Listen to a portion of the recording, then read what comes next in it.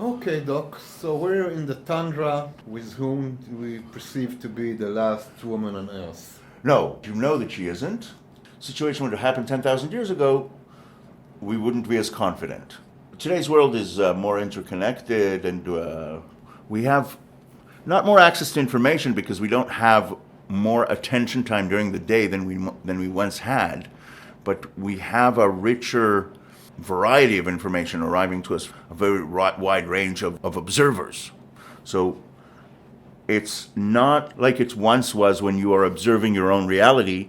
We are all observing our own realities, transmitting them over the ether to other people and sharing what they are transmitting at any given time. It's as if a little bit of the hive mind dwells in every one of us at any given time. And that being the case, it becomes easier to gain the confidence that we are not alone, easier than it once was.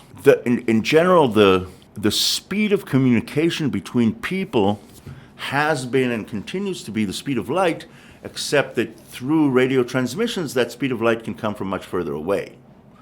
I don't have to see you in order to know that you're there. I can talk to you on the phone. Most of the transmission of a phone call is at the speed of light. It slows down to the speed of sound between our vocal cords in the microphone and between the speaker and our ear. So there's 3 speeds involved in phone communication. There's speed of light, radio waves, speed of sound, voice, either speaking or listening, and speed of thought, which is the time that it takes from the decision to make an utterance to the utterance itself, and the time that passes from the perception of an audio signal until we understand the meaning. Yeah, but this happens also now when we're talking without a phone. The barrier that telecommunications is broken is the proximity barrier. Okay, we can have a conversation utilizing the speed of sound, the speed of thought.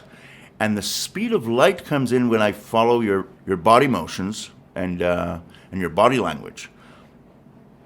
So actually, you're talking to me in 2 different languages at the same time. But if you were to go home and then we have a video call where all of those signals continue to exist, we can do that today. We couldn't do that before telecommunications. Okay, so the proximity barrier has been broken. So that makes the Earth feel small when, in point of fact, it hasn't actually shrunk.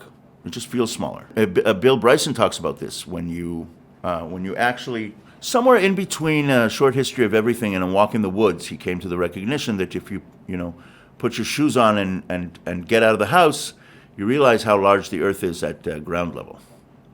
Okay, and this is actually a very telling image to adopt, because if you imagine the eyeball of the Earth with its core, its iron core, way down below us, there's 6,000 kilometers of core and mantle from the soil on which we walk until the center of the Earth, 12,000 kilometers to go straight through.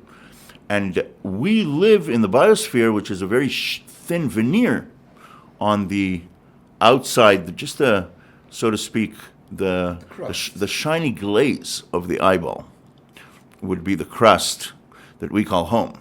It's the part of the crust that is the biosphere. From the deep soil bacteria until the storks getting sucked into jet engines high up in the air, that's the extent of the biosphere. If you really, really want to push it, you can go all the way down to the Mariana Trench, where you can find a very thin spattering of organisms. They are actually there, to our immense surprise.